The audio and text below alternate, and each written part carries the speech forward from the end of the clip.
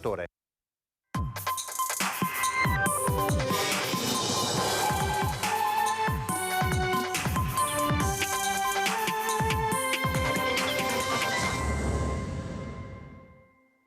Buongiorno e ben ritrovati, buon martedì, prima edizione. Insieme anche oggi abbiamo degli aggiornamenti molto importanti di cui raccontarvi, perché oggi è il giorno dell'interrogatorio, è stato il giorno dell'interrogatorio di Filippo Turetta a proposito del femminicidio di Giulia Cecchettin. In questi giorni, dal giorno della notizia del suo ritrovamento del corpo e di quello che era l'epilogo di tutta la vicenda che aveva tenuto il Veneto e l'Italia con il fiato sospeso, si è tornati a parlare di patriarcato. La stessa sorella di Giulia, Elena, ha parlato del patriarcato alla base dei femminicidi, della morte della sorella. E allora il sondaggio che vi presentiamo oggi verte proprio su questo. Eccolo il quesito: patriarcato vige ancora in Italia? Sì, 0422 1626 691. Se la risposta è no, il numero è 0422 1626 690. La chiamata è gratuita,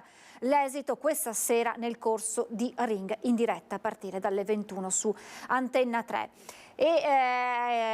Interrogatorio di Filippo Turetta, l'abbiamo detto, ancora frammentarie le notizie, le informazioni che arrivano dal carcere di Verona. Si sa che l'interrogatorio è durato appena mezz'ora e da quello che sappiamo Turetta, accusato appunto dell'omicidio dell'ex fidanzata Giulia Cecchettin, avrebbe pianto davanti al GIP e si sarebbe avvalso della facoltà di non rispondere. Torneremo a parlare dell'omicidio di Giulia Cecchettin, in particolar modo gli aggiornamenti sul funerale della giovane 22enne, ma adesso la cronaca ci porta a parlare di sicurezza a Treviso, e allora vado subito dalla nostra Daniela Sizzia insieme ad Antonella Tocchetto, consigliere comunale per il Partito Democratico, per parlare, aggiornarci su un grave fatto che ha visto vittima un ventenne proprio sotto al cavalcavia ferroviario a 2 passi dal centro di Treviso. Buongiorno Daniela e buongiorno ad Antonella Tocchetto.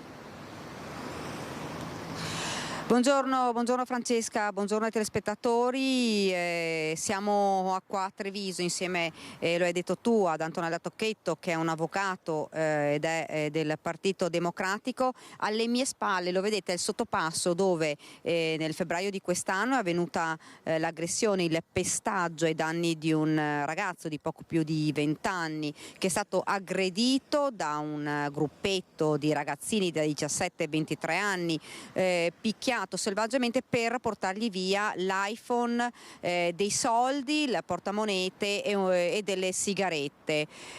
Le indagini poi della squadra mobile che hanno portato all'identificazione di questo gruppetto. Si tratta di 5 ragazzini, come vi ho detto, dai 17 ai 23 anni, tutti denunciati a piede libero. Si torna a parlare di sicurezza in città, lo sapete, sono stati anche rafforzati i propri controlli nel cuore di Treviso, dove sono sempre stati, insomma, ci sono dei punti più pericolosi, punti più difficili, e se ne parlava anche Antonella Tocchetto, la stazione, ma anche i sottopassi ferroviari, che sono un po' dei punti ciechi dove le aggressioni vengono. Ricordiamo anche di un'aggressione proprio nel sottopasso della ferrovia vicino alla stazione.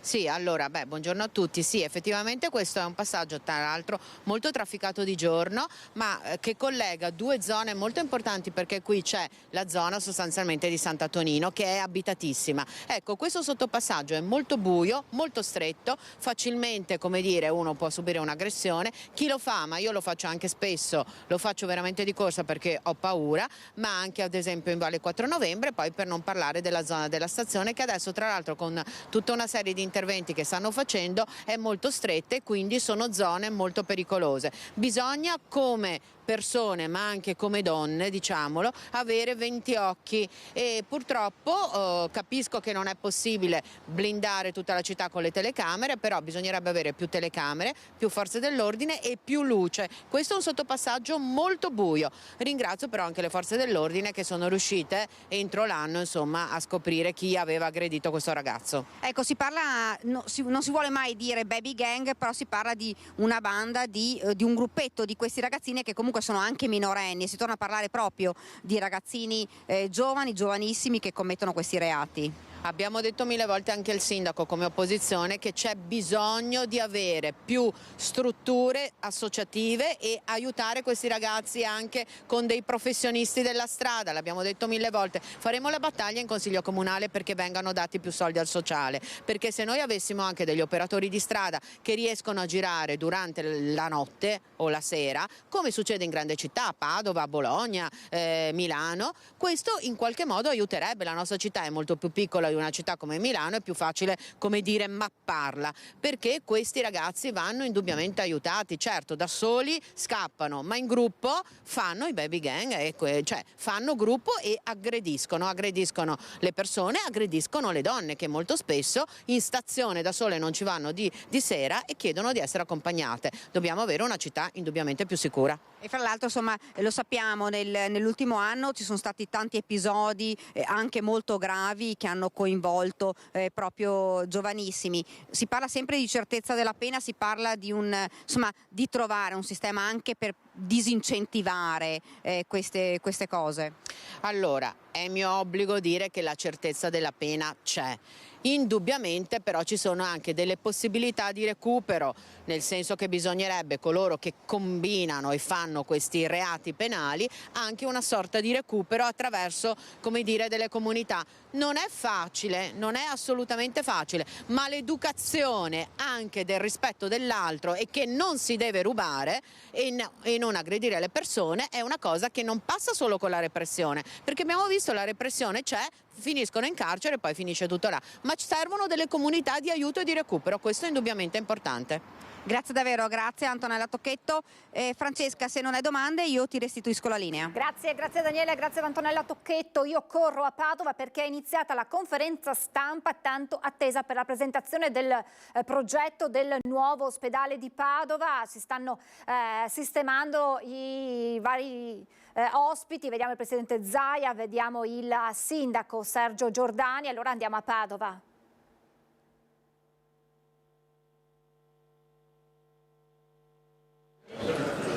Ragazzi, scusate, riuscite a mettervi un po' di lato che si veda? Eccoli qua. Va bene, Nico, dai.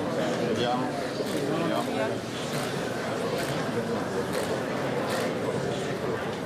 Quindi, grande spazio verde.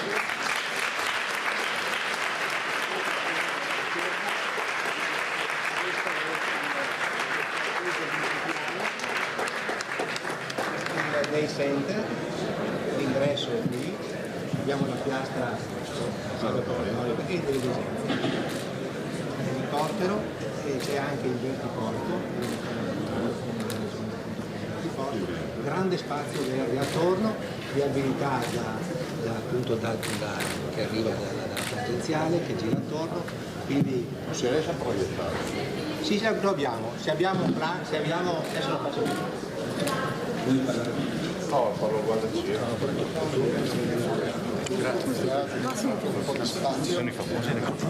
Dovrebbe esserci una linea alta. Credo che stiamo prendendo. No. A me ha detto che giriamo. Sì, perfetto. Io vado a Se vi accomodate per favore. Grazie. Tanto grazie, merita un applauso, no?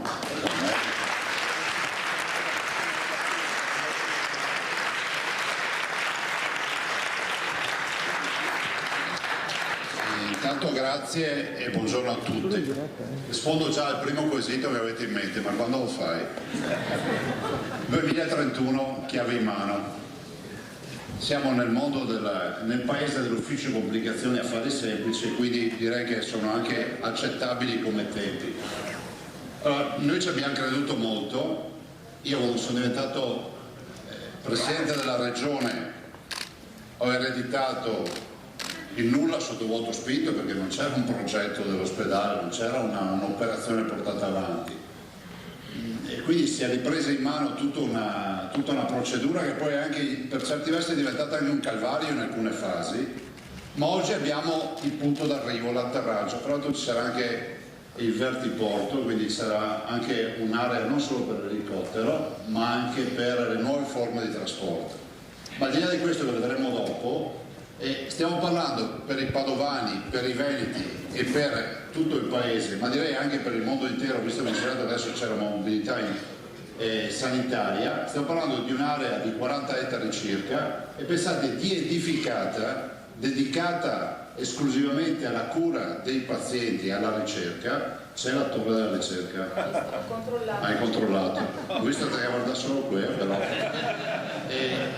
Ci sono 212.000 metri quadrati, che vuol dire tradotto in maniera agricola, sono 21 ettari, dedicati alla cura, 963 posti letto, che andiamo ad aggiungere a un'altra iniziativa che non è roba da poco, che è il Polo Giustiniani, sono 712 posti letto, il totale fa, e Crozza controllerà il calcolo, 1682 posti letto. Fa sorridere, ma 1682 posti letto ci fanno gonfiare il petto di orgoglio, perché siamo il primo polo ospedaliero nazionale, i Gemelli nel 1611. Perché si fa sta roba? Se avessimo degli operatori sgangherati, dei poco di buono, dei superficialoni, poco accademici, poco attenti al paziente, noi non potremmo fare questo investimento. Quindi il merito è solo vostro, di tutti gli operatori del mondo della sanità. Siete 60.000, 12.000 sono medici, ringrazio tutti, ma come si dice, se tu c'hai Varese devi fare una scuderia che sia per Varese. E non è un caso che ci sia l'Accademia, non è un caso che ci sia la torre della ricerca, non è un caso che si siano fatti molti investimenti. Qui c'è una piastra operatoria da 45 sale operatori, 90 posti di terapia intensiva. Insomma, io penso che ci siano tutti...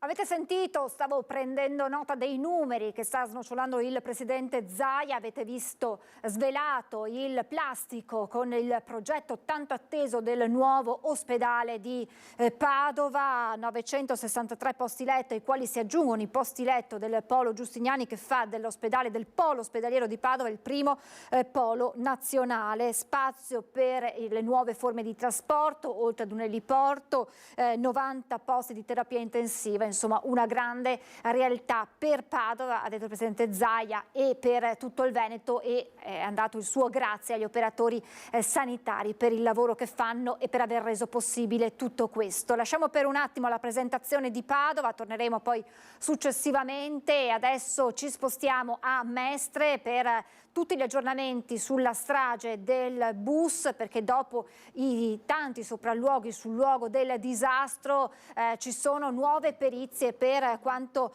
riguardano sterzo e ruote. Buongiorno ad Ilaria Marchiori insieme all'assessore Boraso.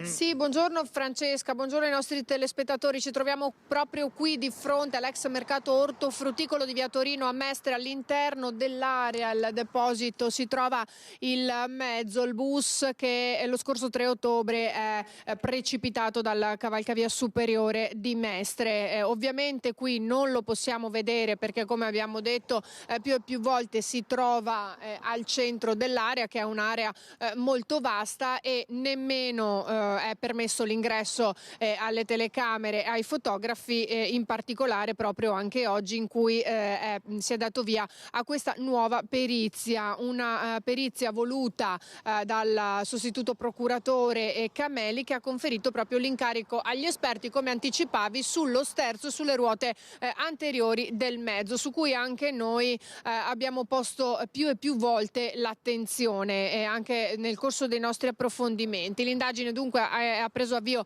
questa mattina, dove appunto si trova il mezzo. Oltre alla PM erano presenti anche i suoi 2 tecnici ingegneri meccanici dell'Università di Padova, i legali dell'amministratore delegato della linea e i 2 dipendenti comunali indagati dalla procura, oltre ai periti di parte. In realtà si tratta di un primo esame conoscitivo, gli approfondimenti poi saranno seguenti. Qui insieme a noi c'è l'assessore comunale alla mobilità e trasporti Renato Boraso. Allora, questa perizia lei l'attendeva da tempo, lei da subito ha evidenziato queste anomalie sullo sterzo e sulla ruota anteriore.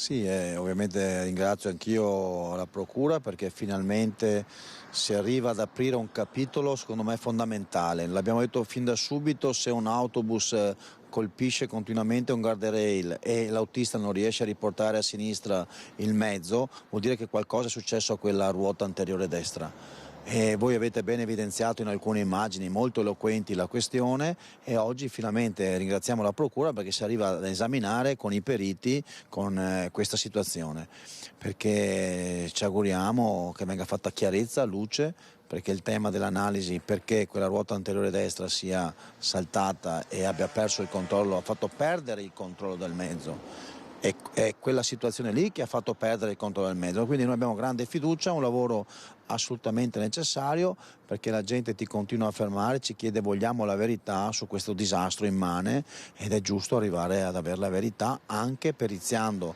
come oggi sta avvenendo, quindi grazie che la Procura continua in questo lavoro molto preciso, molto attento con degli esperti importanti nominati ovviamente dagli avvocati di parte e dalla Procura della Repubblica. Ecco, poi Assessore, purtroppo c'è anche la questione delle scatole nere che sembrerebbero non rivelare purtroppo nulla, non perché non ci sia nulla, ma perché sembra andato tutto perduto. Sì, anche su questo io dico questo bus era dotato di 4 sensori importanti che secondo me devono aver lasciato traccia dell'eventuale guasti o quant'altro e ci auguriamo che invece gli super esperti anche sulle scatole nere riescano a trovare e a tirar fuori qualcosa di concreto, perché altrimenti non si chiamerebbero scatole nere. Certo siamo nelle mani di super esperti e ci auguriamo che il lavoro della Procura e di quelli nominati dai legali di parte, dei singoli indagati, ci consentano presto di avere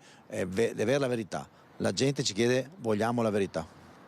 Ecco, sì, è quella che vogliamo tutti. Intanto ricordo che si stanno attendendo numerose altre perizie già effettuate, ovvero le 2 sul guardrail da parte dell'ingegner Migliorino, definito il mastino. Ce ne sarà un'altra il 5 dicembre, sempre sul cavalcavia, sempre con Migliorino. Si attende anche la perizia sulle telecamere di bordo che si trovavano all'interno del mezzo e ancora gli esiti degli approfondimenti eseguiti sul cuore dell'autista Alberto Rizzotto.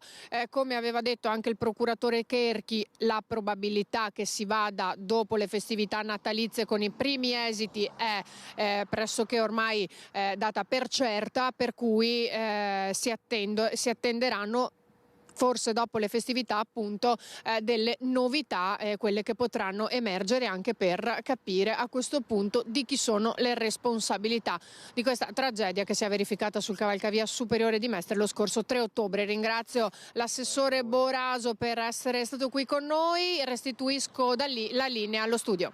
Grazie ad Ilaria Marchiori, grazie a Sandro Ponchio e grazie naturalmente all'assessore Boraso. Poi questa sera nel corso dei nostri telegiornali tutti gli aggiornamenti su questa nuova perizia. Continuiamo con la cronaca, ci spostiamo a Padova perché il Tribunale ha aperto un'inchiesta sulla morte di un 53enne travolto da un treno. Era uscito per comprare dei farmaci perché stava molto male, aveva una gastroenterite, ma tornando a casa è stato travolto e ucciso da un treno e ora il Tribunale di Padova ha aperto un'inchiesta sulla sua morte.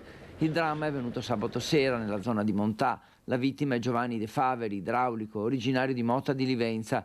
Il suo corpo senza vita è stato ritrovato dagli agenti della polizia ferroviaria. Probabilmente l'uomo è stato risucchiato dal convoglio e colpito senza avere scampo. L'indagine servirà a chiarire se in quel tratto il passaggio dei treni è protetto da barriere che impediscano alle persone di arrivare fino ai binari o se ci siano segnali chiari di divieto. Nei prossimi giorni verrà effettuata l'autopsia, altro passaggio importante per capire meglio la dinamica dell'incidente. Per questo verranno eseguiti dei sopralluoghi e fatte delle verifiche sulla normativa di sicurezza per i passaggi dei treni. 2 persone, un uomo italiano e una donna di origini cinesi, sono stati posti agli arresti domiciliari dal Comando Provinciale della Guardia di Finanza di Venezia, che ha sequestrato disponibilità finanziarie per oltre 700.000 euro e 2 centri massaggi, uno a Musile di Piave e uno a Oderzo, che in realtà erano adibiti a case di prostituzione. L'attività condotta dalla compagnia di San Donà di Piave costituisce l'epilogo di una complessa indagine partita da un controllo in materia di lavoro nero. In quell'occasione occasione era stata riscontrata la presenza di numerose giovani ragazze asiatiche, molte delle quali clandestine in abiti succinti. Il reclutamento delle giovani avveniva tramite la piattaforma cinese WeChat e il servizio veniva pubblicizzato in rete su un sito web dedicato. Gli agenti delle volanti della questura di Padova hanno arrestato nella notte una giovane tunisina che li aveva aggrediti a calci e pugni. Una ragazza tunisina di appena 18 anni è finita in manette per aver aggredito a pugni e calci 2 poliziotti delle volanti. È accusata di resistenza e lesioni e denunciata per la detenzione di droga trovata in suo possesso. I 2 agenti invece hanno riportato contusioni multiple. Tutto è iniziato in piazza Mazzini quando il dipendente di un locale aveva chiamato il 112 per la presenza di una donna che cercava di aggredire i clienti. Gli agenti faticano a identificarla, lei sembra voler estrarre un coltello dalla borsa. Quando finalmente arrivano in questura, perché la giovane senza documenti si rifiuta di scendere dall'auto e cerca di recuperare un involucro che poi si scoprirà contenere eroina. Per farlo colpisce gli agenti, li aggredisce e solo a fatica viene finalmente bloccata. Dai controlli poi si scopre che è già nota alle forze dell'ordine e che a suo carico c'è un provvedimento di avviso orale del questore dello scorso ottobre, in quanto ritenuta persona socialmente pericolosa. Grave incidente stradale questa mattina intorno alle 8:15 a Zero Branco in via Tiveron, coinvolte 2 auto che si sono scontrate per cause ancora da chiarire, per poi una delle 2, la vedete, si è ribaltata in un fossato che costeggia la strada. Rimasta ferita una 29enne, rimasta bloccata all'interno dell'abitacolo e liberata dai vigili del fuoco che sono intervenuti. La donna è stata poi affidata alle cure del personale del SUEM e trasferita in ospedale. Le sue condizioni non sono gravi. Illeso invece il conducente dell'altra vettura. La polizia locale ha deviato il traffico ed eseguito i rilievi per ricostruire l'esatta dinamica del sinistro. E adesso con la cronaca ci spostiamo nel Bellunese per la strage, ricorderete quella famiglia, papà, figlioletto e nonna investiti e uccisi da un'auto a Santo Stefano di Cadore.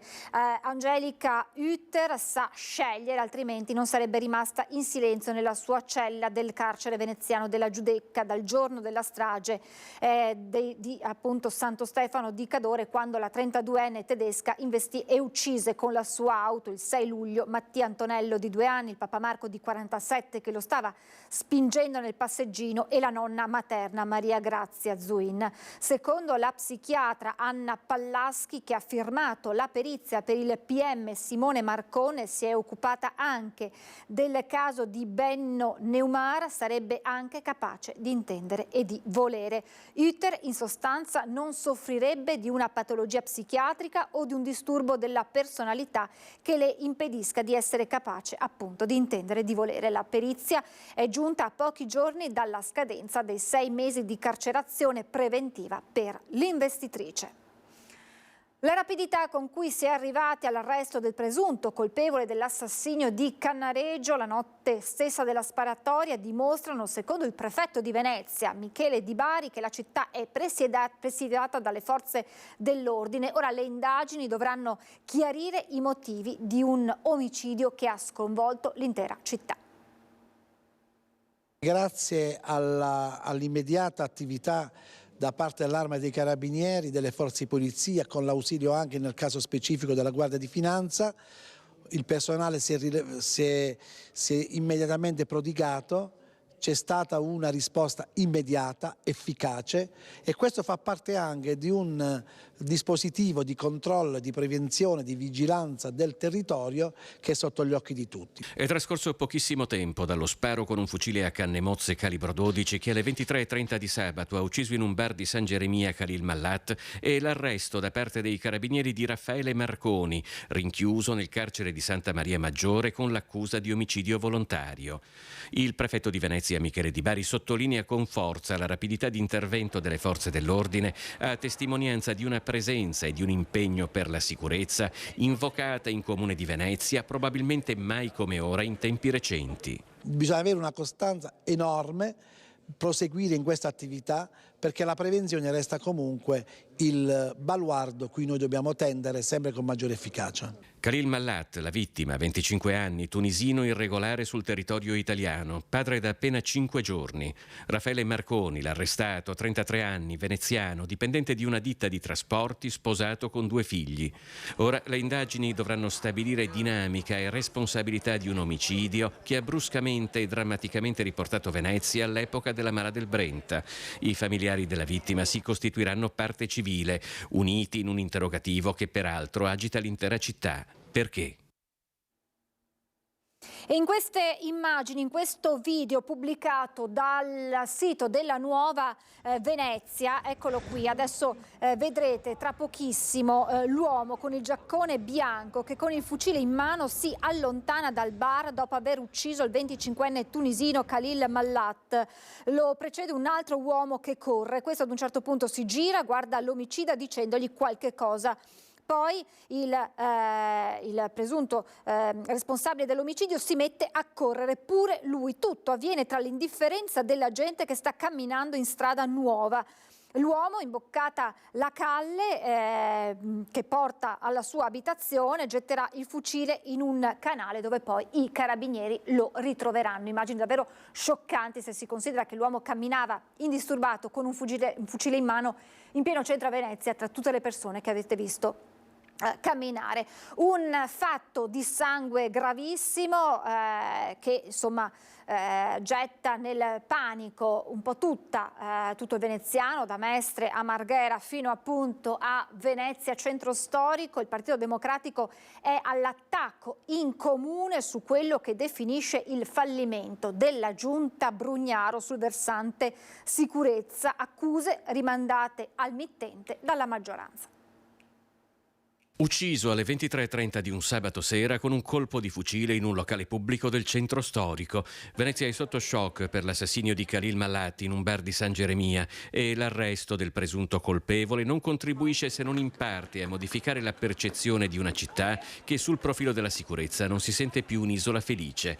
L'omicidio di Cannareggio, secondo il Partito Democratico, è solo la punta dell'iceberg, il fatto più grave di un'escalation di criminalità, grande o piccola, che oramai dalla terraferma si è diffusa anche a Venezia città. Abbiamo visto appunto un'escalation di violenza anche dalle baby gang ai pestaggi, agli accoltellamenti, allo spaccio anche diffuso che c'è purtroppo anche in città, quindi non solo Mestre come capitale della droga in Italia, ma anche Venezia, dove questi fenomeni di spaccio, di delinquenza e di violenza sono notevolmente aumentati. La competenza principale dell'ordine pubblico, dello Stato della repressione criminale compete al governo. Noi scontiamo il fatto che per decenni Venezia è stata al centro di alcune dinamiche di permissivismo, dall'altro lato il nostro paese non ha affrontato per tempo alcuni fenomeni come quelli legati anche alla presenza illegale di moltissime persone nel territorio nazionale che vivono di espedienti. A Cafarsetti competenze e responsabilità diventano anche queste oggetto di polemica, perché secondo il PD la campagna elettorale della maggioranza era basata anche e soprattutto sulla sicurezza. Brugnaro e la sua giunta hanno fallito dal punto di vista della sicurezza. È stata una promessa elettorale che ormai dura da 8 anni, assolutamente non mantenuta, tanto che la situazione di insicurezza, di degrado e di spaccio in tutto il territorio è dilagata non solo nella terraferma ma anche nella città d'acqua. Non possono accorgersi a Venezia che c'è una situazione di un accoltellamento che poi è molto raro, grazie al cielo, mentre a Milano, dove governano loro, quando c'è un problema è colpa di qualcun altro. E adesso tutti gli aggiornamenti sull'interrogatorio questa mattina in carcere a Verona di Filippo Turetta. È iniziato alle 10 ed è durato 30 minuti l'interrogatorio di Filippo Turetta, accusato dell'omicidio dell'ex fidanzata Giulia Cecchettin, questa mattina nel carcere di Verona. Il 22enne non ha parlato, ha pianto davanti al GIP e si è avvalso della facoltà di non rispondere. L'avvocato difensore di Turetta, Giovanni Caruso, ha fatto sapere che non avanzerà nessuna istanza al Tribunale del riesame, nemmeno per ottenere gli arresti domiciliari. Dopo l'interrogatorio, Turetta ha incontrato il suo avvocato difensore. Sul fronte del funerale di Giulia si fa strada l'ipotesi che si svolga sabato 2 dicembre. Venerdì è stata fissata infatti l'autopsia, mentre le forze dell'ordine e la diocesi già ieri hanno effettuato sopralluoghi e riunioni nella Basilica di Santa Giustina per farsi trovare pronti nel caso ci sia il via libera proprio per sabato 2 dicembre. Tamponano un'auto al casello per poi darsi la fuga a piedi. Ricerca in corso da parte dei carabinieri. Un'auto già segnalata nelle scorse settimane perché sfuggita ad un controllo dei carabinieri a Zanè è stata intercettata nei giorni scorsi in ingresso al casello di Thiene dell'A31 mentre entrava nel tratto autostradale percorrendolo a fortissima velocità in direzione di Piovene Rocchette. Gli occupanti del mezzo giunti in uscita del casello, una volta notata la presenza delle pattuglie dell'Arma, per assicurarsi la fuga hanno tamponato la vettura che gli stava davanti, il cui conducente era intento a pagare il pedaggio, per poi abbandonare il mezzo e darsi alla fuga tra la vegetazione. Le ricerche non hanno permesso di rintracciarli. L'auto abbandonata dai malviventi è stata sequestrata dai carabinieri per i successivi approfondimenti investigativi. Sul luogo è intervenuta una pattuglia della polizia stradale per i rilievi del sinistro. Clamorosa svolta nel caso delle migliaia di multe scattate dai 2 Velox lungo la strada 307 del Santo a Cadoneghe. Consegnata ieri al sindaco Marco Schiesaro l'esito della perizia pro veritate eseguita dall'avvocato Antonio Greco. C'è stato un abuso di potere. Tutte le multe emesse, 58.000, sono state annullate. Sì, finalmente oggi, come ho detto in questa conferenza, posso parlare, posso dire tante cose che non ho potuto dire in questi mesi, non perché non volessi, ma perché non potevo dire, perché avrei intralciato e influenzato le indagini interne che ho portato avanti silenziosamente con i miei collaboratori, con l'avvocato professor Greco, il comandante signor Zicaro, tutta l'amministrazione comunale. Sono state settimane difficilissime, molto sofferte per me e per tutti noi e per i multati, che chiedevano una risposta da parte mia, ma io non potevo parlare, non potevo dire tante cose che invece oggi qui in questa conferenza ho voluto dirvi, com'è nel mio animo e nel mio comportamento che ho sempre tenuto in questi anni. Come gli anni, tutte le cose che sono accadute, questa è stata una grande ingiustizia, una terribile ingiustizia che io ho dovuto subire assieme ai multati e a tutti i miei collaboratori, perché sono emersi dei vizi gravissimi e accendere quel rilevatore è stato un abuso di potere. Un abuso di potere nelle forme e nella sostanza, e tutto è condensato in questo parere che mi è arrivato pro veritate, che appena mi è arrivato in mano ho convocato la conferenza stampa in maniera tempestiva per informare tutti voi di questa importantissima novità che non solo alleggerirà moltissimo e sfiammerà tutta questa situazione, ma è in grado anche di aiutare moltissimo l'ente, la parte vigilanza e settore di polizia locale a ripartire con rinnovata fiducia. Multe annullate. Molte annullate, quindi come vi ho fatto vedere insomma in questa conferenza stampa ho dato un modulo a tutti i cittadini che potranno trovarlo a partire da domani nel nostro sito istituzionale, istanze di autotutela, lo compileranno e flegheranno, metteranno una crocetta nel caso che gli riguarda. Prima di fermarci per la pubblicità vi ricordo il sondaggio di oggi legato al tema del patriarcato e quindi legato all'omicidio di Giulia Cecchettin. Quello che vi chiediamo di rispondere è questo: vige ancora in Italia? 0422 16 26691 se la risposta è sì, se la risposta è no lo 0422 16 26690 l'esito del sondaggio questa sera nel corso di Ring. Adesso noi ci fermiamo per qualche istante di pubblicità, tra poco. Rieccoci in diretta, insieme a me in studio mi ha raggiunta il sindaco di Spresiano, Marco Della Pietra. Buongiorno sindaco, ben ritrovato. Francesca, buongiorno a tutti. Col sindaco parleremo di vicende strettamente legate all'amministrazione, ma io inizierei subito in quanto esponente di Fratelli d'Italia, a parlare del tema di questi ultimi giorni, che è il risultato a sorpresa, lo ha detto lo stesso vincitore Claudio Borgia, del congresso provinciale di Fratelli d'Italia a Treviso, che è arrivato dopo i 2 congressi unitari di Venezia, dove si era trovata insomma un accordo. Insomma, quello di Treviso era il primo banco di prova per testare un po' quello che era il clima interno al partito, anche se lo stesso Borgia ha detto non c'è nessuna resa dei conti, c'è stato un confronto di idee e alla fine insomma quello è quanto è stato scelto. La sua, insomma, lei lo sappiamo, me lo ha detto, insomma, non ha problemi a dire lei chi aveva votato, e quindi insomma come legge, in quanto aveva votato Montuori, come legge questa vittoria di Borgia? Allora, innanzitutto approfitto dello schermo per rifare le congratulazioni a Claudio e per augurargli buon lavoro. Se tutti ragionassimo, no, dicendo bene, siamo tutti unitari, avremmo probabilmente adesso dei leader di partito sui 90 anni, no?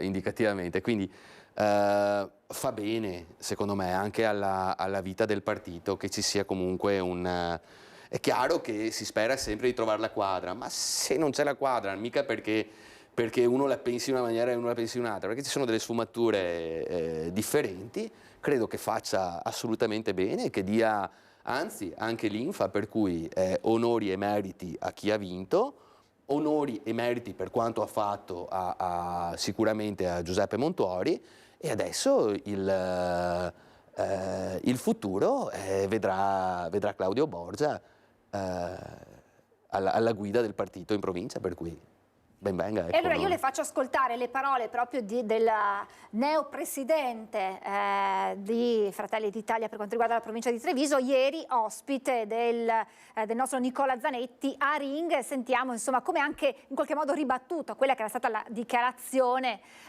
di Montuori. Sentiamo Borgia.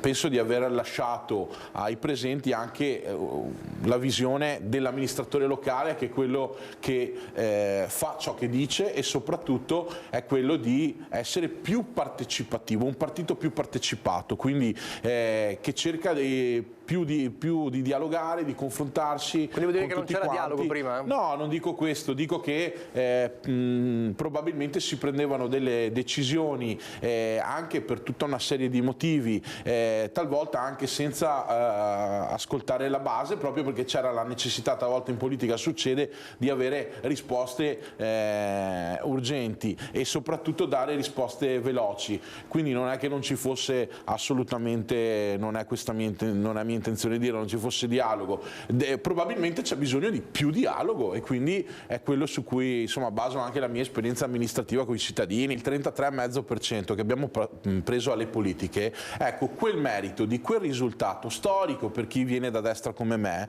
è attribuibile a una persona sola, a Giorgia Meloni, perché è riuscita a toccare le corde dei cittadini di questo meraviglioso territorio che è il nord-est e soprattutto la provincia di Treviso. Io parlavo di quel 33,5%, perché nessuno può pensare che è di qualcuno, che è di qualche anche referente locale oppure nazionale. Ecco, quello è un risultato del lavoro di Giorgia Meloni. Noi su cosa possiamo incidere? Dico noi dirigenti locali, noi possiamo incidere sulle amministrative, sui risultati delle amministrative, sul radicamento del territorio nei 94 comuni della provincia di Treviso. Ecco, io dico questo, dico che noi oggi abbiamo 50 circoli, mi pare, perché non ho il dato ancora attuale e finale. Vuol dire che dobbiamo portare tutti i circoli da 50, dobbiamo passare da 50 a 94, dobbiamo cercare, oggi abbiamo 100 amministratori, dobbiamo ovviamente incrementare questo numero, abbiamo 8 sindaci, io non mi fermo ovviamente a 8 sindaci, dobbiamo cercare di spingerci oltre, più che professionisti della politica, forse intendeva campioncini della politica, visti i risultati elettorali che sia io che Tommaso e tutta la squadra che abbiamo abbiamo intorno a noi tanti amministratori locali che rappresentiamo e che ci hanno permesso oggi di essere qui e di vincere, hanno conquistato in questi anni con le preferenze nelle amministrazioni, nelle competizioni elettorali, e questa ne è la dimostrazione. Noi non intendiamo essere subalterni a nessuno, tantomeno alla Lega, agli alleati, e dobbiamo partire da un rapporto paritetico, e sono sicuro che anche loro sono d'accordo su questo. Penso soprattutto che vada salvaguardata l'alleanza di centrodestra, perché dove andiamo uniti noi di solito vinciamo. È ovvio che questa è la norma generale, poi quando ci saranno norme particolari, ci saranno situazioni che non ci permettono di andare così, faremo le nostre valutazioni. Io penso che prima di scegliere, e questo l'ho detto anche oggi ai giornalisti che mi chiamavano, dobbiamo cambiare un attimo, dobbiamo mettere da parte il manuale Cencelli e partire dalle persone. Dobbiamo scegliere candidati alle prossime amministrative che possano vincere e soprattutto che possano essere apprezzati dai cittadini. Prima vediamo la qualità dei candidati e dopodiché vediamo le casacche, per cui io da presidente del partito non candiderò mai qualcuno di scarso perché è del mio partito, non lo farò mai. Io cercherò di riuscire a candidare, se questo sarà possibile farlo, qualcuno che abbia qualità e possa dare risposte e soprattutto migliorare la qualità della vita dei cittadini. Due gli elementi tirati in ballo da Claudio Borgia: da una parte la volontà di avere più sindaci di Fratelli d'Italia rispetto a quelli attuali, e quindi lavorare, si è già proiettati chiaramente all'appuntamento delle amministrative 2024, e dall'altra appunto trovare un equilibrio diverso probabilmente all'interno del centrodestra, con Fratelli d'Italia che, forte anche del risultato delle politiche, intende far sentire la propria voce quando sarà il momento di scegliere il proprio candidato. Credo che sia sacrosanto quanto ha detto Claudio. Tra l'altro oggi, guarda Claudio, ho anche la camicia bianco-nera, io che sono interista, lui è juventino, Che quindi coraggio. una captazio benevolente. sto scherzando, no, è sacrosanto quanto è stato detto. Il passaggio sulla persona e sul fatto che non si debba candidare uno scarso solo perché fa parte del partito, credo che sia anche un bel messaggio da dare un po' a tutta la gente, quindi non solo a chi vota Fratelli d'Italia. È chiaro che noi siamo in forma, siamo un partito decisamente in forma, abbiamo una classe dirigente che comunque si sta strutturando e ci stiamo radicando molto sul territorio, cioè anche chi pensava fosse un fuoco fatuo si sta rendendo conto che in realtà c'è della sostanza e come. E come diceva giustamente Claudio, quel voto è sicuramente frutto di Giorgia, perché ha fatto un lavoro egregio, ma sui territori Giorgia conta meno del buon amministratore o della persona radicata e conosciuta sul territorio, ed è lì che si deve lavorare. È chiaro che le elezioni non sono tutte sullo stesso piano. Le europee non sono le amministrative, le politiche non sono le regionali, sebbene poi dopo effettivamente regionali, europee e amministrative si fondino sulla preferenza e quindi bisogna scrivere il nome, mentre le politiche no, quindi un qualcosa di simile ce l'hanno, però i livelli sono differenti e chiaramente, soprattutto ai livelli più alti, la nostra leader è quella che sicuramente tira di più, ma sui territori siamo noi rappresentanti che facciamo il nostro, quindi corretto. Mi auguro di essere anch'io un campioncino, insomma, visto che è andata... È andata così.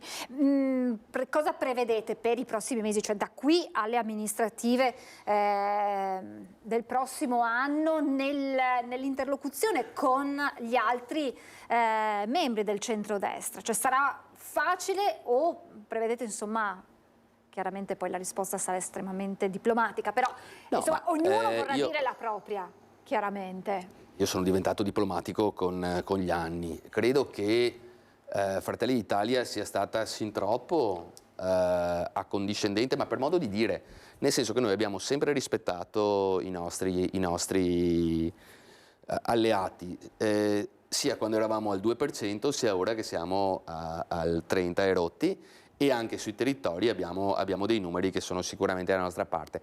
È chiaro che noi abbiamo aspettato che finissero i cicli, non siamo mai andati a dire no, vogliamo noi avere, no, per dire i sindaci uscenti li abbiamo sempre appoggiati, salvo insomma, qualche piccola scaramuccia che c'è stata e che poi dopo abbiamo vinto anche, tra l'altro, quindi c'è da dire anche questo.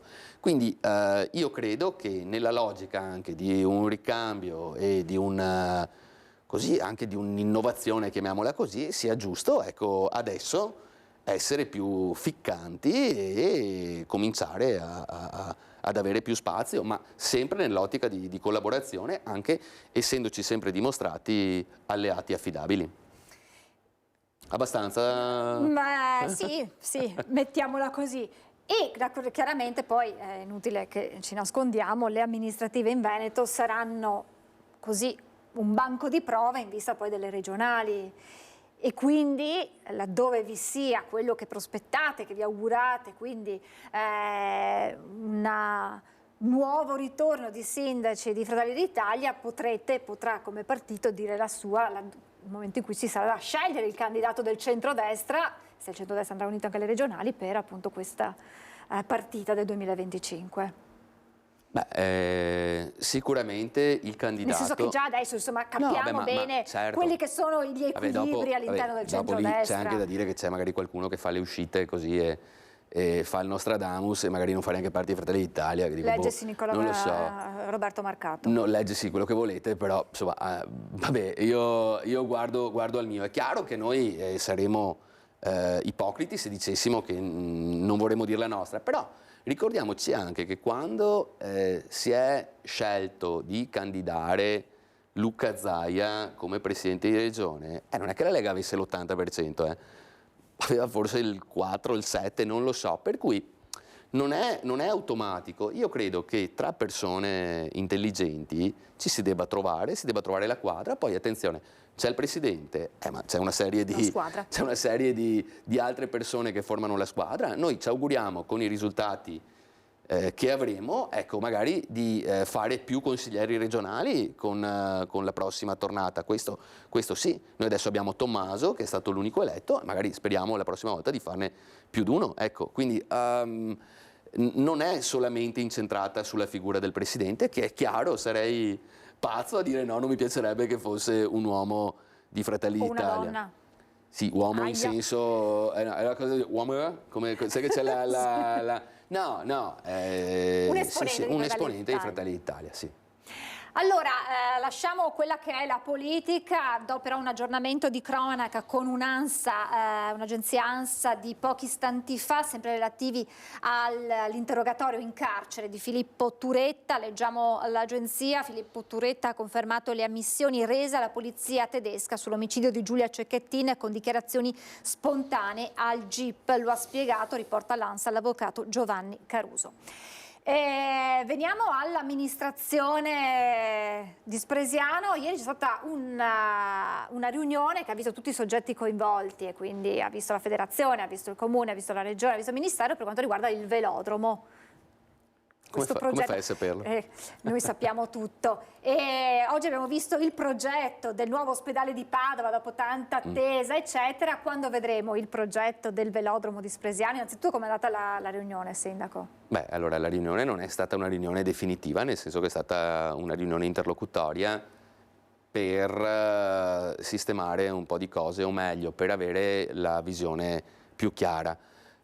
Ora diciamo che a livello finanziario problemi non dovrebbero essercene più, nel senso che i soldi sono arrivati. Non è quello comunque, io ve lo dico, quello è il progetto vecchio con le due è quello che c'è fuori, ma non è... Questo è il luogo però. Il luogo è quello, sì, assolutamente. Il luogo, sì, no, sarebbe... Dobbiamo aggiornare il nostro archivio. No, ma Chiediamo, ha fatto benissimo. No, dovremmo noi aggiornare no, però magari uno pensa che venga fuori così, in realtà certo. non è quello. Ma ecco, adesso ci sono una serie di verifiche da fare, specie per quanto riguarda i costi di gestione e alcune, insomma... alcune peculiarità che è il caso di vedere adesso. Ieri sicuramente è stata una buona riunione, eravamo tutti quanti presenti, per cui bene.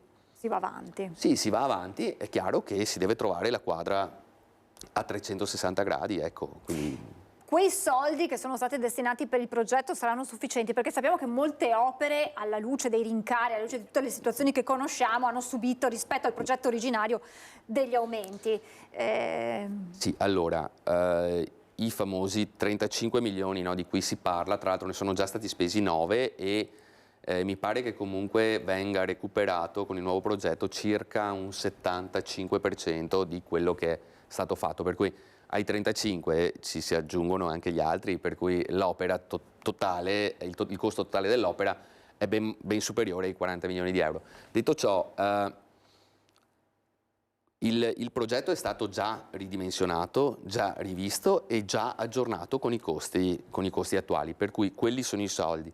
Manca qualcosa in ordine alla viabilità, che magari adesso è da vedere, anche quello è stato uno dei quesiti che ho fatto io personalmente ieri, dicendo che comunque serve una bretellina su una strada, che tra l'altro abbiamo già la progettazione fatta, per cui ci sarebbe anche, diciamo, un viatico già segnato.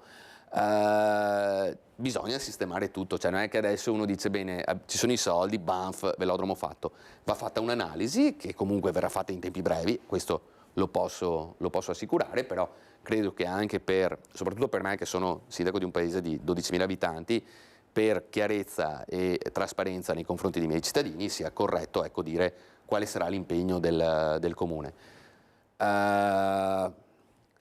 Il progetto del quale parlavi tu comunque è già pronto, se volete ve lo faccio vedere volentieri. Ecco, allora la prossima volta ce lo porta qui. Anche perché insomma siamo in un momento storico particolare dove sappiamo che tutti si fanno sacrifici, quindi quella trasparenza di cui lei parlava è fondamentale e la richiedono i cittadini. Assolutamente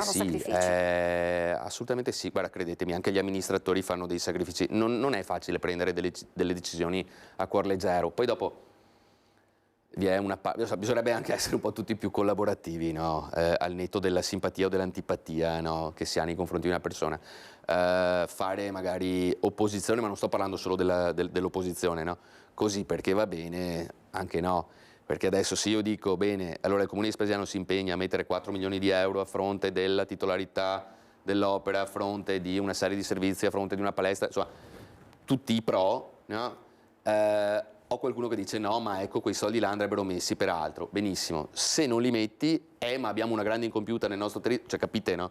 Quindi bisogna soppesare bene le cose, credo che un amministratore, la difficoltà nell'essere amministratore risieda proprio in questa capacità di prendere la decisione più giusta, e quindi io penso che saranno di più, ecco, le ricadute positive che quelle negative, no? Nell'investire su un'opera del genere. È chiaro che però il quadro deve essere clinico, deve essere preciso, analitico.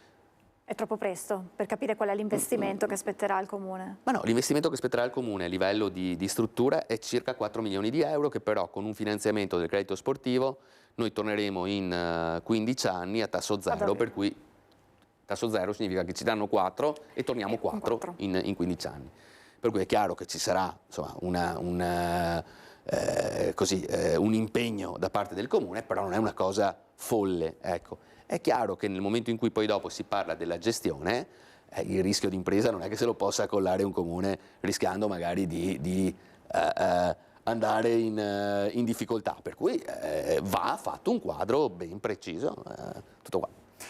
Ultima domanda, perché abbiamo finito lo spazio alla pubblicità, gliela butto là. Fusione Spresiano Villorba. Che cos'è questa notizia? Cosa c'è? No, sappiamo che in questo momento storico spesse volte si parla di possibili fusioni per mettere insieme le forze, gli uffici, il personale, perché non si fa fatica a portare a termine il lavoro di un'amministrazione comunale. Non si trova personale, le risorse sono sempre più risicate, quindi l'unione fa la forza. Salutiamo il sindaco però di Villorba. È l'unione Francesco che fa la Solini. forza, non la fusione. Sono due cose diverse a livello amministrativo. No, a parte gli scherzi. Io sono sempre stato a favore della fusione e non lo dico con velleità amministrative, cioè voglio essere io il sindaco di un eventuale comune, no, che accorpi le nostre due realtà. Siamo allo stato embrionale, nel senso che ne abbiamo parlato con il così, sindaco come stiamo parlando io e te. Però un conto è che ne parla con me, un conto no, che ne parla con il suo collega. Sì, però è un processo intanto che prevede una condivisione con le nostre squadre, poi prevede una condivisione con i cittadini, prevede un certo iter amministrativo, quindi non è una cosa, ecco, che si fa così. Io sono straconvinto che la fusione sia il futuro e sono convinto che adesso possiamo anche avere dei grossi vantaggi, siamo ancora in tempo per avere dei grossi vantaggi. Tra qualche anno, quando magari diverrà obbligatorio farlo, questi grossi vantaggi qua non ci saranno più. Che dire, ecco, posso assicurare comunque i cittadini, dopo la cosa, no, che mi ha fatto anche sorridere, perché ho ricevuto una strage di messaggi, no? Il cittadino è legato al nome del proprio paese, no? E io sono pienamente d'accordo, quindi posso assicurare che un'eventuale fusione tra Villorba e Spresiano non darà vita a Villano, ecco, questo ve lo dico sicuramente. Ma la battuta non poteva mancare, ma questa chiacchierata che avete fatto, vi siete dati dei prossimi passi da affrontare, quindi ci sarà un proseguo o resta una chiacchierata tra amici, tra colleghi, così che accantoniamo? Allora, mi pareva di averlo già detto. No, allora, ne abbiamo parlato tra sindaci, che è già un buon passaggio, però c'è prima la condivisione con le amministrazioni. Quindi è già iniziata con le vostre rispettive amministrazioni questa condivisione? Una chiacchierata. Adesso valuteremo nel prosieguo cosa, se fare o se limitarci a una chiacchierata. Esatto. Va bene. Grazie al sindaco di Spresiano, Marco Della Pietra, grazie davvero, e adesso noi ci fermiamo per la pubblicità, tra poco.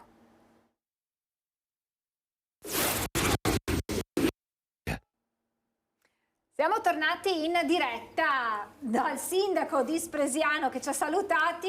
Se possiamo allargare, guardate chi ho qui, ho Babbo Natale. Un po' in anticipo, ma insomma sappiamo quanto lavora da fare Babbo Natale, e poi oggi è qui per una cosa molto molto importante. E poi Marco Laurito, ormai lo conoscete tutti, è ritornato a trovarci, grazie. Ciao. Marco, presidente dell'associazione Alto Volume, grazie davvero per essere qui Marco. Parliamo, e naturalmente, eccola la vedo, buongiorno al sindaco di Strana, Maria Grazia Gasparini, buongiorno, ben ritrovata sindaco. Buongiorno a tutti voi. Grazie. Ciao Marco e ciao Babbo Natale. Io sono già pronta, si vede per dare una mano. Ma farà l'elfo? Certo.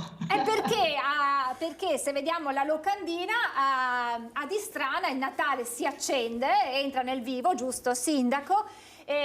Con un primo evento che sarà, mi corregga se sbaglio, il 3 dicembre. Allora, Babbo Natale. Esatto. Allora vi aspetto per un'anteprima del giorno di Natale, domenica 3, ci sarà un'Istrana diversa, con mercatini, bancarelle, ci sarà un po' di tutto, e a una certa ora arriverò anch'io.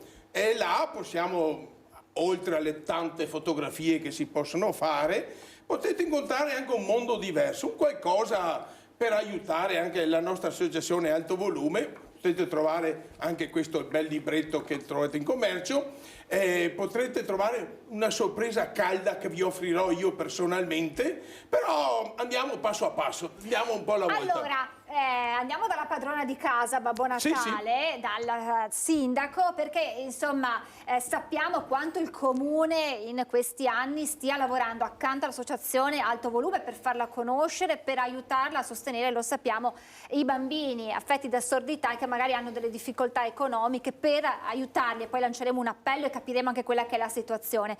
È un progetto, sindaco, che va avanti naturalmente nel momento preferito dai bambini, che è il Natale. Ma infatti noi siamo orgogliosi di avere alto volume nel nostro territorio, proprio perché il fine è veramente importantissimo, quello di coinvolgere e di sensibilizzare sulla sordità dei bambini fa sì che si possa intervenire anche con interventi che faremo insieme nelle scuole, questo ci tengo a dirlo e li ringrazio, far sì di superare magari quel discorso di sentirsi isolati, di sentirsi diversi, ecco, vedere in altro modo la disabilità. E attraverso questo aiuto di Babbo Natale e con questi anche libri che verranno appunto attraverso delle letture fatti, ecco, l'importante è puntare il focus su questo, perché tutti i bambini sono uguali e tutti i bambini hanno a Natale bisogno appunto di sentirsi amati e tutti insomma di divertirsi anche con Babbo Natale, quindi siamo davvero contenti di questa bella occasione. E proprio il tema dell'inclusività è raccontato nel libretto Il cerchietto magico, che mi ha permesso di conoscere l'associazione Alto Volume, e questo libretto Babbo Natale sarà protagonista della giornata del 3 dicembre. Perché? Sarà uno dei protagonisti, cioè forse anche il più importante, perché comprando sto libretto, oltre che potrai fare una piccola donazione che praticamente porterà a un nuovo introito per poter donare nuove risorse ai bambini che ne hanno problemi,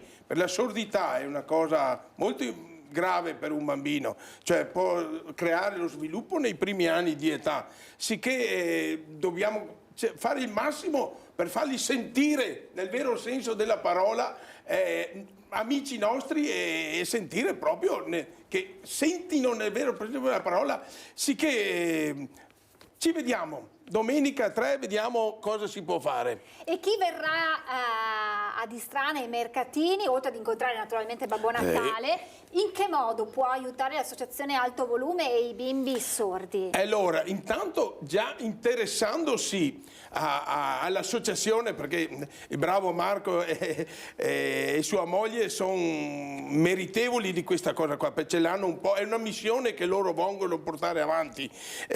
Secondo me ci saranno sviluppi anche futuri su altre attività che vedremo più avanti, però allora facendo una donazione sicuramente li aiuteranno, e pubblicizzare, portare ad altra gente, cioè espandere, sentire chi ha richiesta di questi apparecchi, perché delle volte queste sordità ci chiudono noi stessi ed è importante capire praticamente chi ha bisogno, magari se qualcuno ha conoscenze di bambini che hanno bisogno di questi apparecchi, che li hanno rotti, cioè si può risolvere in 2 minuti.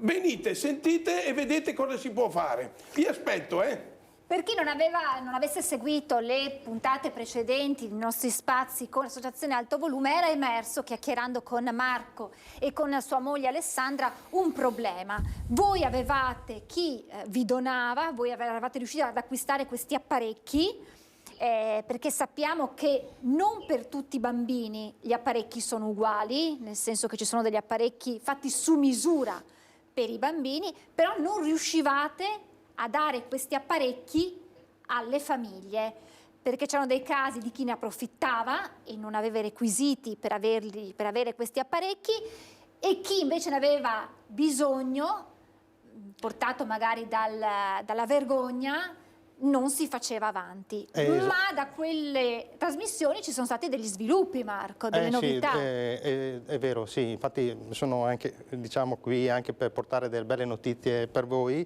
perché c'è anche il merito vostro per averci dato questa visibilità, già la terza volta che ci ospitate qui, e da zero apparecchi siamo arrivati a 14 apparecchi. Con questo terzo incontro arrivo a dirvi questo, che siamo riusciti a arrivare a questo traguardo e siamo quasi arrivati a donare per l'intero importo della donazione che ci avevano dato i nostri donatori, cioè l'ANAP di Treviso, che sarebbe l'Associazione Nazionale Anziani Pensionati, e il Consorzio per mio figlio di Treviso.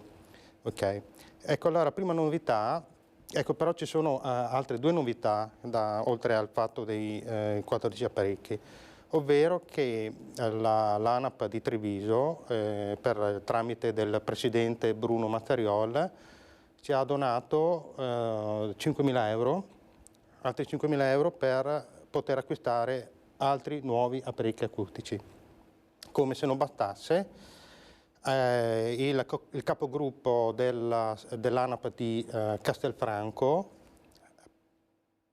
ovvero Italo, scusate, sono Scappinello, appunto ci ha donato 1.500 euro per poter portare avanti la nostra attività di sensibilizzazione, appunto diffondendo il libro Il Cerchietto Magico nelle scuole primarie di Castelfranco e nelle biblioteche, questo con lo scopo cioè di sensibilizzare i bambini delle scuole primarie sul tema della sordità infantile.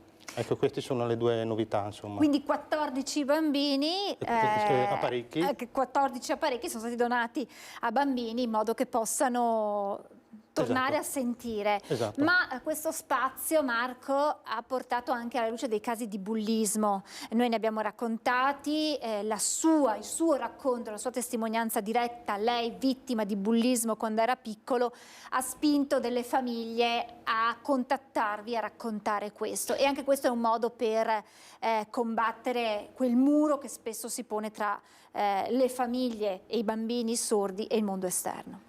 Sì, infatti sempre grazie al vostro supporto, quando mi avevate intervistato per il discorso del bullismo, una famiglia ci ha chiamato e voi li avete intervistati giustamente. Ecco, sono stati molto contenti di questa cosa, questo fatto di poter denunciare o comunque poter raccontare la situazione del loro bambino, perché si parla appunto di un bambino del Padovano. Ecco, ha permesso loro comunque di prendere coraggio e appunto ho avuto modo di parlare con loro, mi hanno appunto raccontato che gli farebbe piacere continuare questo percorso anche con voi. Sì. E noi siamo naturalmente sempre a disposizione, perché se è possibile portare alla luce certi episodi e contrastarli, combatterli, che un po' è quello l'obiettivo, Sindaco Gasparini, di portare il tema della sordità nelle scuole, di portare questo libretto nelle scuole per abbattere i muri e soprattutto contrastare ogni forma di bullismo che riguarda la diversità, che sia la sordità o che sia qualsiasi altro tipo di diversità.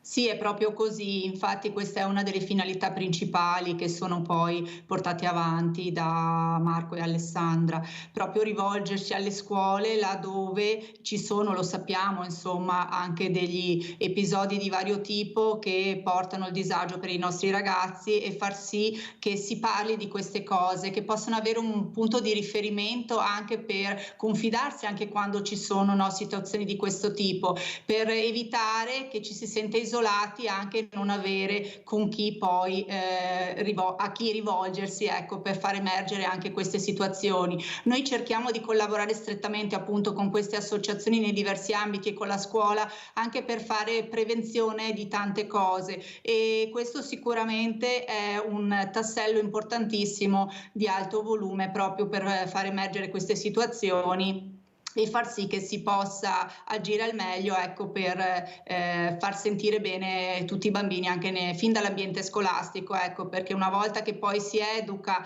fin da piccoli all'inclusività si diventa accoglienti e si diventa probabilmente, appunto, si accoglie l'altro, si accoglie la diversità anche da età adulta, per cui bisogna veramente partire dalle scuole.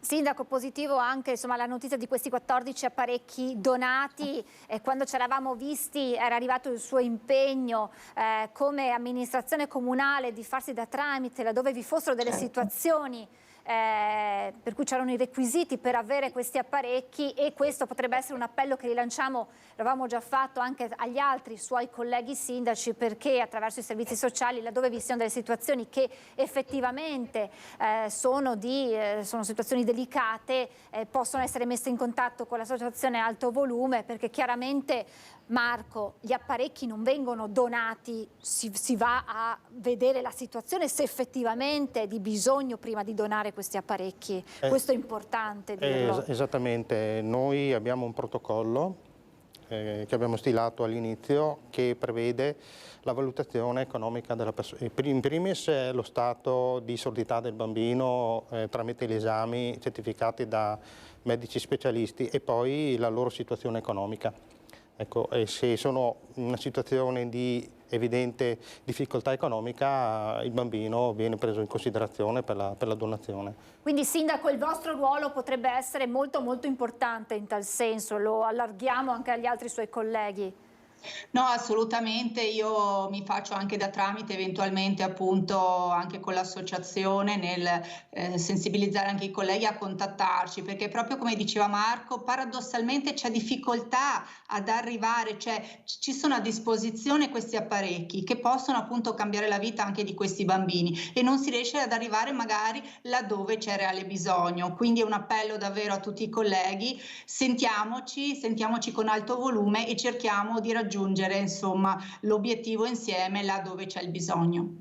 E allora torniamo domenica 3 dicembre, Babbo Natale. L'appello è non solo ai cittadini di Strana ma a tutti quanti venire di Strana, perché insomma l'occasione è quella di incontrare Babbo Natale e di aiutare soprattutto. Sarebbe, sì, sicuramente domenica 3 sarà una giornata importante per Istrana, perché svilupperà tutto il suo centro, ci saranno un paio di piazze adibite proprio a mercatini, ci sarà anche su una piazza Babbo Natale, però non è che deve restare concentrato a Istrana, dobbiamo, cioè, se c'è anche qualcuno del paese attorno può venire tranquillamente, non è che posso venire anch'io da Spresiano. Aiuto!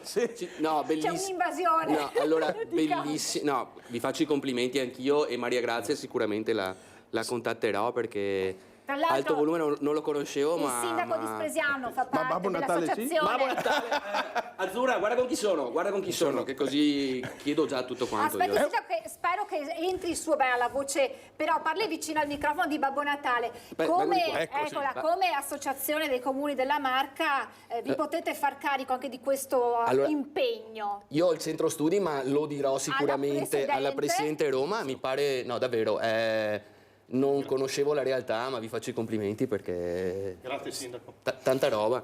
E poi avete scelto anche un testimonial che non conosce nessuno, quindi... No. Molto bene. Che però vi ho visto anche in gioventù io, Questo allora vado. Meglio non allarghiamo tanto. Sì, esatto. Grazie. Grazie Sindaco. Allora l'impegno Ci del vediamo. Sindaco Marco Della Pietra come appunto rappresentante dell'Associazione Comune della Marca Trevigiana, perché tutti i sindaci si facciano carico in qualche modo di questa responsabilità di aiutare le associazioni. Stavo intanto interloquendo con il sindaco che chiede giustamente il numero di Marco in modo da poter conoscere meglio l'associazione e potersi mettere in contatto, e quindi grazie al sindaco Marco Della Pietra. E dunque l'appello di Babbo Natale è ben chiaro. Sindaco, l'abbiamo vista con il cappello da elfo, quindi immagino che ci sarà anche lei, eccola qui meravigliosa, quindi ci sarà anche lei protagonista di questo mercatino, non tanto con la fascia tricolore ma con il cappello. Prontissima per essere lì insomma e dare una mano per questa bella iniziativa. Mi raccomando, venite in tanti ai nostri mercatini Istrana, ci sarà appunto Babbo Natale, l'associazione Alto Volume, tante bancarelle, ci sarà l'accensione dell'albero, concerti, tante cose per i bimbi e quindi tanto divertimento e spirito natalizio. Vi aspettiamo! Il Natale non può mancare, Sindaco, questa è una domanda extra da insomma, amministratore. Sappiamo quanto sia difficile in questo periodo far quadrare i conti in un comune, ma al Natale non si rinuncia, anche magari grazie alla collaborazione delle associazioni, dei commercianti in tanti comuni, ma si cerca insomma di regalare in un momento anche così particolarmente difficile, delicato, ai cittadini la magia del Natale, sempre e comunque. Assolutamente sì, qui c'è stata una bella collaborazione tra l'amministrazione del distretto del commercio, la Proloco, tutte le associazioni appunto come Alto Volume, e quindi proprio per non far mancare l'allegria del Natale, ne abbiamo tutti bisogno, quindi questo è importante, non si rinuncia al Natale assolutamente. Guai rinunciare al Natale, Babbo Natale non sia mai. Assolutamente no. detto da un'elfa, perché le elfe sono quelle che lavorano di più. Sì, Babbo Natale fa il suo, però durante l'anno gli elfi fanno tanto, devono preparare tutto, non è una cosa semplicissima preparare il Natale, quasi quasi ci vuole 365 giorni all'anno per preparare un buon Natale, però un buon Natale dato e anche consapevolmente, cioè che oltre a ricevere i doni, oltre che a consegnare la letterina, fai anche del bene per altri bambini, per altre attività, penso sia la cosa che uno può aspettarsi di più dalla vita, sicché io spero di incontrare specialmente tanti bambini e ritirare tante anche belle letterine, perché scrivete anche i vostri desideri, scrivete anche i vostri regali, vedrete che in qualche modo verranno sempre accontentati. E allora io vi aspetto domenica 3 a Distrana, nei mercatini, e vediamo dai cosa si può fare. Sicuramente penso che andrà, speriamo sia una bella giornata, innanzitutto. Ma lo sarà sicuramente. Marco, lei voleva fare dei ringraziamenti. Sì, perché è doveroso per questa bella cosa che ci è capitata, cioè in primis per lo spazio, il gazebo che ci ha offerto la Proloco di Strana, il comune di Strana e il distretto del commercio, che così a grande sorpresa ce l'hanno offerto, come un bel regalo di Natale anche per noi, e poi anche ringraziare per il supporto per la gestione del gazebo, ringraziare Gaia di Gallery Caffè di Strana per la cioccolata calda. Che non deve mancare. Mi ha spogliarato il regalo. Ecco. E poi Francesco e Imma della pizzeria Amalfi per le pizze. E poi Stefania di Postume in Fiore per l'albero di Natale, perché vicino al nostro gazebo verrà messo un albero di Natale molto grande, circa 4 metri, quindi sarà abbastanza visibile da lontano. Ecco, e poi ringraziare tutti i volontari della nostra associazione che si sono dati molto da fare per realizzare tutto questo. E allora prima di salutarci, so che lei ha un aneddoto del primo incontro con Babbo Natale, che insomma non è da tutti incontrare Babbo Natale. Marco? Sì, no, in effetti quando l'ho incontrato è stato un incontro inaspettato. E insomma a un certo punto nel dialogo chiedo a Babbo Natale, ma scusa Babbo Natale, posso darle del tu? E Babbo Natale mi dice, ma Marco, con tutti i regali che ti ho dato quando eri bambino? E quella è stata la ciliegina, tutto il discorso. Era un bravo bambino, Marco? Sì, bisogna dire che nella piccola sua gioventù è anche un po' sofferta per questo problema dell'udito. Lui è stato, sì, veramente, quasi tutti i bambini, insomma, qualcuno è più birichino di altri, però se uno si impegna tutti i bambini possono essere bravi. Cioè nella vita sono rari i bambini cattivi, posso contarli quasi su 2 mani, non di più. E allora l'appuntamento per il 3 dicembre a Distrana per incontrare Babbo Natale, per aiutare l'associazione Alto Volume e per incontrare un elfo speciale. Grazie Sindaco Maria Grazia Gasparini, Sindaco di Strana, grazie a Marco Laurito, Presidente dell'associazione Alto Volume, e grazie a Babbo Natale. Grazie. Buon lavoro naturalmente, perché adesso entra nel vivo. Cominceranno un periodo pesante, sì. Grazie davvero, grazie al Sindaco, grazie a Marco e grazie a Babbo Natale. Noi siamo in chiusura, previsioni del tempo, e poi martedì spazio con i medici dell'USL 2, parleremo di stato cognitivo e funzionale, peculiarità e proposte per migliorare la salute dei nostri anziani nella Marca trevigiana. Appuntamento tra pochissimo con l'USL 2, grazie ancora per averci seguiti, buon proseguimento di giornata, grazie ancora a voi.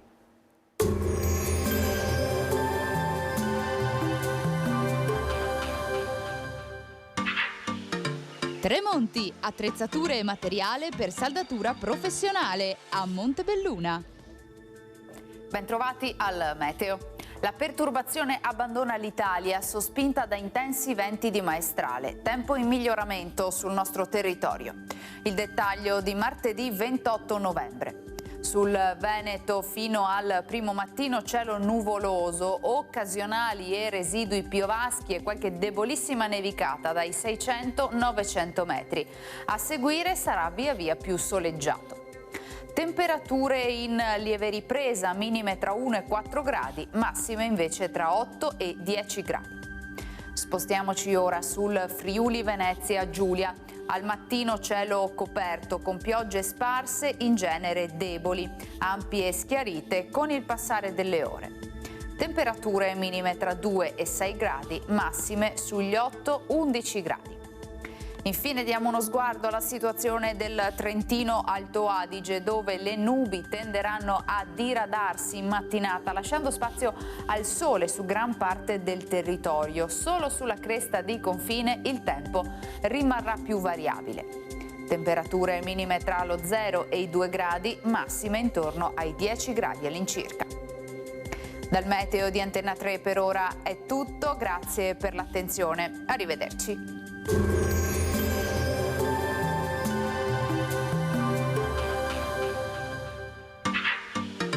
Tremonti, attrezzature e materiale per saldatura professionale a Montebelluna.